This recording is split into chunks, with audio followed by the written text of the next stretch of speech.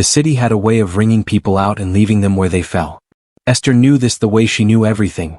From the inside of it, with her body, with the particular ache that lived between her shoulder blades after 8 hours of carrying weight upstairs that were never designed with someone like her in mind. 22 years old, and she moved like someone who had already lived twice that, not because life had broken her but because she had refused to let it, and that refusal cost something every single day.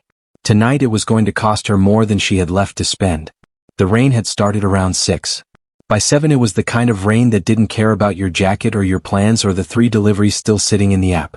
Esther pulled her cap lower and kept moving because stopping wasn't an option she had budgeted for.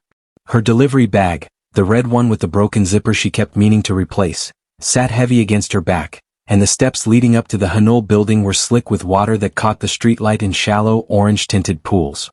She had climbed these steps 17 times before. She knew the heavy front door that stuck in the rain. She knew the elevator that always smelled like someone's lunch. What she didn't know, climbing those steps for the 18th time on an empty stomach and legs that had stopped sending clear signals 2 hours ago, was that her body had quietly finished negotiating. It gave her 3 more steps. Then it gave her nothing. She didn't feel herself fall.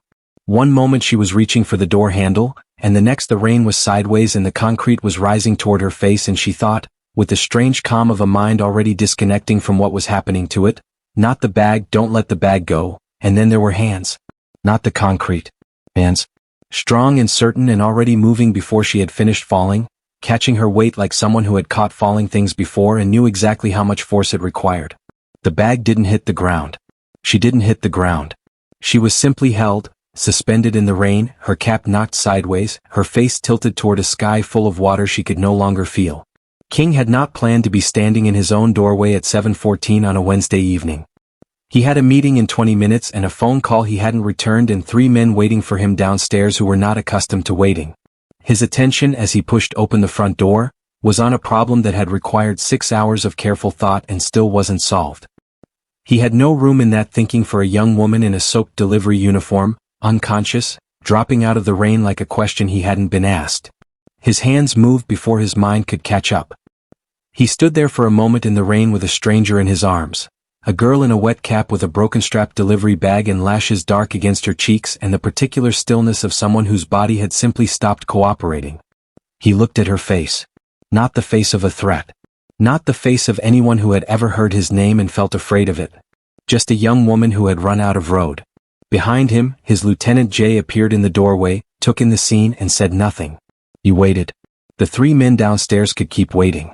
King turned and carried her inside. If this story has you hooked, hit the subscribe button so you don't miss the ending. The room she woke up in was too clean.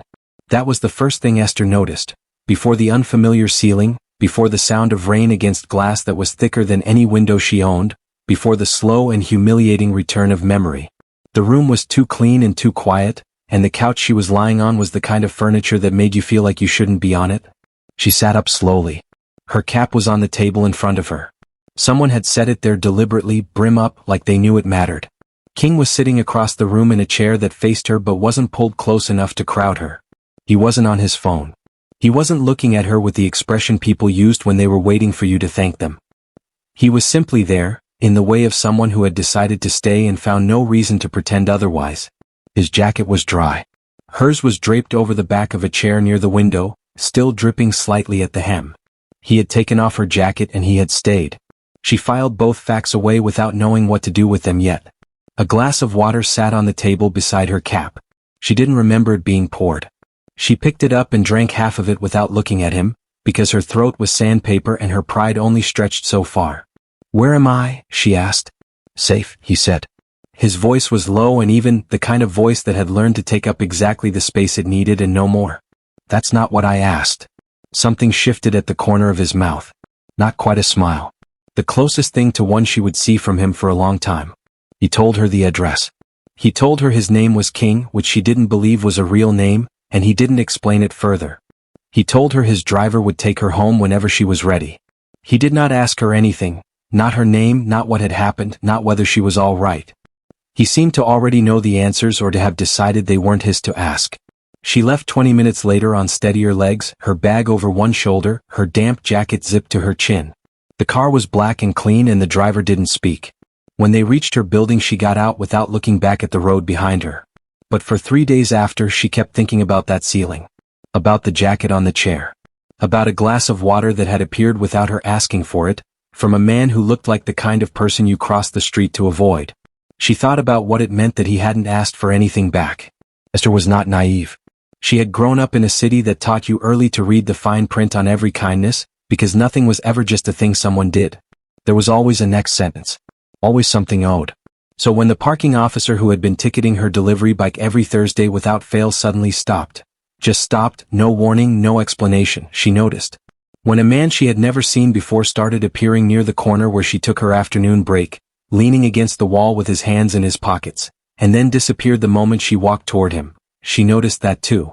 When Mr. Okafor, who delivered to on Tuesdays and who had shorted her tip twice and once left a one-star review because she hadn't smiled wide enough, suddenly paid double and left no note, she put down her bag, stood in the hallway outside his door, and stared at the wall for a full 30 seconds.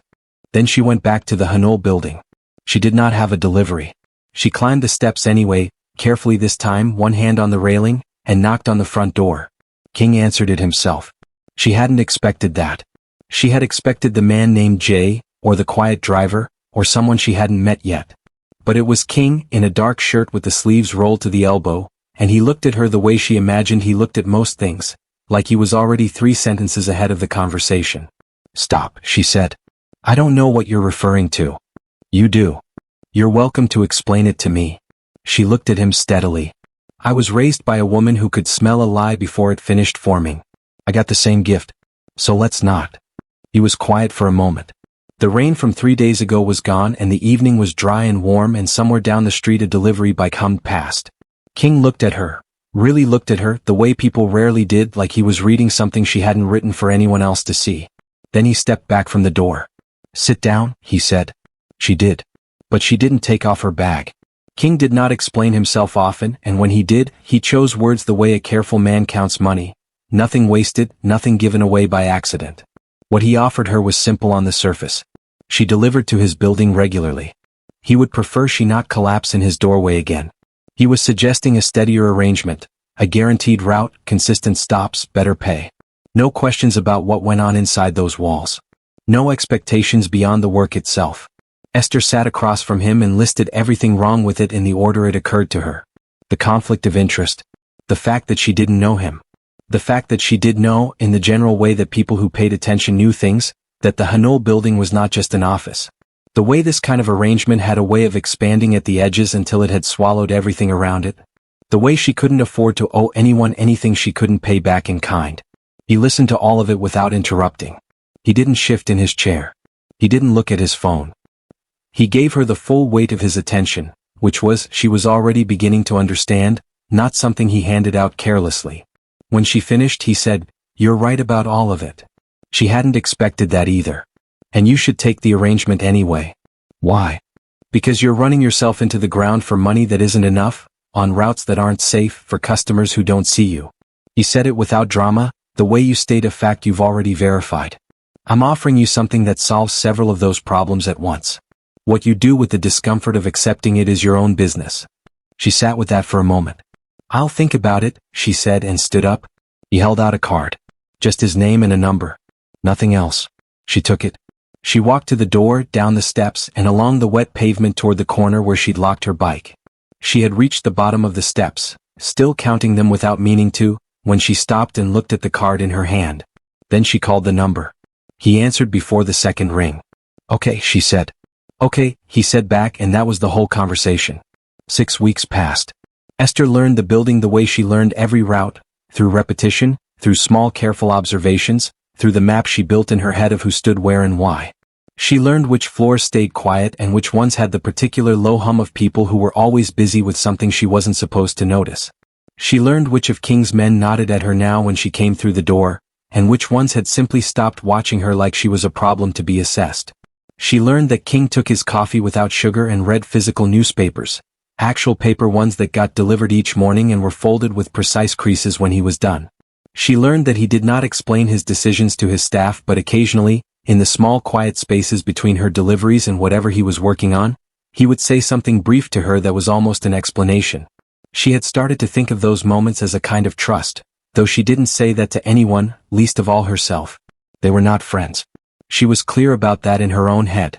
They ate lunch across from each other twice a week in the small room off the main corridor, takeout containers open on the table, and the silence between them had gradually shifted from uncomfortable to simply present, like whether you stopped fighting because it wasn't going anywhere. One afternoon she noticed the scar on his left hand. A long one, pale against his skin, running from the base of his thumb to his wrist. She looked at it for half a second and then looked back at her food. She did not ask. A week later he glanced at the textbook she'd left sticking out of her bag. Urban Planning, 3rd edition, library stamp on the spine, and then looked back at his newspaper. He did not ask either. They accumulated small knowledge of each other the way people did when they were trying very hard not to. Detail by detail. Quiet by quiet. The scar and the textbook sat between them like things they had both agreed, without speaking, to leave alone until the right moment. Neither of them was certain a right moment was coming. Neither of them stopped waiting for it. Esther's mistake was not a careless one. That was the thing about it that bothered her most later. She had thought it through. She had considered it from multiple angles. She had decided, with full information and full intention, to handle it herself, and she had been wrong. One of the men in King's orbit, a broad-shouldered man named Day who worked the loading area on the east side of the building, had been making things difficult for the other delivery workers on her route. Not violently. Subtly. The kind of difficult that was hard to prove and easy to deny. Routes reassigned without notice, access codes that stopped working, the occasional quiet word in the right ear that made a dispatcher suddenly reluctant to send anyone but Esther to the building. She hadn't told King because she had told herself she could handle it. Because she was used to handling things. Because asking for help had always cost her something, and she had not yet fully accepted that King might be a person from whom asking cost nothing. She went to talk to Day herself. It did not go the way she planned. She wasn't hurt, not seriously, not in any way that left marks you could photograph. But she ended up in a corridor she didn't know, surrounded by men she had never seen before, who looked at her with the specific, assessing look of people who were now wondering why she had access to this building and who had given it to her. She kept her voice steady and her face neutral and she got herself out. But she was shaking by the time she reached the street, and the shaking didn't stop for an hour. King found out before she had decided how much of it to tell him. She didn't know how. She suspected she never would. He was waiting in the small room when she arrived the next morning. He didn't stand when she came in. He didn't raise his voice. He sat with his hands flat on the table and he waited while she told him what had happened from the beginning without interrupting once. When she finished, the room was quiet. "You should have told me," he said. "I know. Why didn't you?" She looked at her hands. The shaking was long gone but she could still feel the ghost of it. "I'm not used to telling anyone anything," she said. "I've always been the person who figures it out. Asking for help always felt like the first step toward owing something I couldn't pay back." It was the most honest thing she had said to another person in longer than she could measure. She felt it leave her like something physical, a weight she hadn't known she was carrying because she'd had it so long it had started to feel like part of her. King was quiet for a moment. When he spoke, his voice was lower than usual. "You don't owe me anything for telling the truth," he said. "That's not how this works." She looked up at him. "How does it work?" she asked. He didn't answer right away. But he didn't look away either, and in the silence between the question and whatever came next, something shifted between them that neither of them acknowledged and both of them felt. The Shin faction moved on a Tuesday. Esther was on a route she had run over 100 times. Mid-morning, low traffic, the stretch of blocks between the Hanul building and the restaurant district where half her pickups clustered. She knew every storefront on that route. She knew which traffic lights ran long and which alley offered a shortcut when the main road backed up. She did not know the black car until it had already stopped beside her. It was 6 hours before she was brought back. 6 hours in a room she couldn't identify, with people who were polite in the specific way of people who wanted something and were willing to wait for it. They didn't hurt her. They fed her, which she found almost more unsettling. They asked her questions about King, his schedule, his habits, the things she had seen, and she answered none of them because she had nothing to prove and nowhere to be, and the stillness inside her, the one she had built over years of surviving difficult things quietly, held. When King's men came for her, she walked out on her own legs. The room they brought her to was the small one off the main corridor. The same table. The same chairs. She sat down and folded her hands in front of her and waited. King came in and stopped when he saw her face. She was calm. Not the fragile kind of calm that was holding something back. The settled kind, the kind that comes after a decision has already been made somewhere deeper than thought. She looked at him and he looked at her, and she saw something move through his expression that she had never seen there before. A crack in the surface of that controlled, careful face. "Were you ever actually keeping me safe?" she said, "or did I just not know enough to realize I wasn't?" He pulled out the chair across from her and sat down. "Both," he said. "For a while both were true. And then it changed faster than I anticipated." She nodded slowly. It wasn't the answer she would have chosen. But it was the honest one, and she had asked for honesty, and somewhere underneath the tiredness and the remnants of a fear she hadn't let herself feel for 6 hours, she respected him for it. "What happens now?" she asked. "I handle it." "And me?" He looked at her for a long moment. "I'm working on that," he said, which was not an answer, and they both knew it. King did what he had always done when something became too important to risk. He closed around it. He had Jay pull Esther's arrangement. He rerouted her deliveries away from the building, away from the district, away from anything that could be traced back to him. He had Jay call her, not himself because he did not trust what his voice would do, and tell her it was temporary. That she should stay away until the problem was handled. That she would be compensated for the disruption. He told himself it was protection. He told himself it was the right call. He had made the right call in difficult situations for 12 years, and he was telling himself this was no different. He almost believed it. 3 days passed. He worked. He ate. He handled the Shin situation through channels that left no loose ends. He did not sleep particularly well, but he had not slept particularly well for most of his adult life, and he was practiced at functioning through it. On the morning of the 4th day, he heard footsteps on the front steps. He opened the door before she could knock. Esther stood on the top step with no delivery bag. No cap. Just herself, in a jacket zipped against the autumn air, looking at him with an expression that said she had made up her mind about several things before climbing those steps, and none of them were negotiable. She walked past him into the building without waiting to be invited. He followed her to the small room. She sat down. He stood in the doorway. She looked at him across the table, the same table where they had eaten lunch in silence, where she had told him the truest thing she had ever said to another person, where she had sat 6 hours after being used as a pawn in a game she had never agreed to play. "I am not a problem you get to manage," she said. Her voice was quiet and completely steady. "I am a person you have to decide about." The room was very quiet. King stood in the doorway for a long moment. Then he walked in. He pulled out the chair across from hers. He sat down. For the first time in longer than he could measure, he did not calculate the sentence before he spoke it. He had been calculating sentences his entire life. It was how he had survived. Every word weighed before it left his mouth, every phrase tested for what it might cost him, every admission of anything real held back until he was certain it couldn't be used against him. He had built 12 years of power on the habit of never saying anything he hadn't already decided was safe to say. He opened his mouth and said the unsafe thing. "I have spent my entire life making myself into something no one could touch," he said. "I was good at it. I got better every year." He looked at his hands on the table, the left one with the scar she had noticed and not asked about. "And then you fell in my doorway, and somewhere in the 3 months since, I became unable to make myself into something you couldn't touch. I don't know exactly when it happened. I know I didn't stop it when I could have." Esther was still. The kind of still that meant she was listening with everything. "I told myself that what I did, pulling your arrangement, sending you away, was protection. And part of it was. A real part." He met her eyes. "But part of it was that I was afraid. Not of the Shin faction. Of this. Of sitting across this table and saying the thing I am saying right now, because saying it means I have something to lose, and I have spent 12 years making sure I never had anything I couldn't afford to lose." The rain had come back at some point during the night. It ran quietly down the window behind him. "There is a version of this that ends without more people getting hurt," he said. "But it requires me to make a choice I have been refusing to make for 20 years.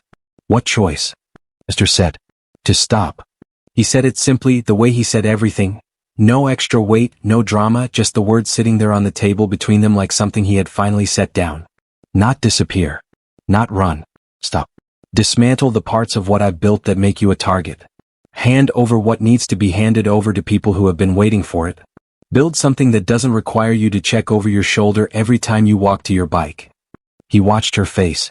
"It will take time," he said. "It won't be clean. There are pieces of it I can't predict, and I won't pretend otherwise. I can't promise it goes right." Esther looked at him for a long moment. Outside, the rain fell evenly against the glass. Somewhere in the building a door opened and closed. The city moved around them the way it always did, indifferent and relentless, full of people running on empty who had no one catching them when they fell. She thought about her mother, who had worked 2 jobs for 15 years and never once asked anyone to carry what she could drag herself. She thought about the textbook in her bag and the plan she had been building in the quiet hours after her shifts, the one she hadn't told anyone about because telling it out loud would make failing it real. She thought about 6 hours in a room she couldn't identify, staying still and staying quiet and finding that the stillness held, and what it had meant afterward to come back to herself completely intact. She thought about a glass of water, set on a table without being asked for, by a man who had stayed when he had every reason to leave. "I've been doing hard things alone my whole life," she said. Her voice was steady. Not the held together kind of steady. The real kind, the kind that had been tested and knew what it was made of. "I can do a hard thing with someone." King reached across the table. He did not reach quickly the way he had caught her when she fell. This was slow and deliberate, the way of a man who had spent his whole life moving carefully and was choosing to move carefully now, toward something instead of away from it. Esther looked at his hand on the table between them. The scar on the left side, pale in the room's quiet light. She let him. If you enjoyed this story, don't forget to like and subscribe.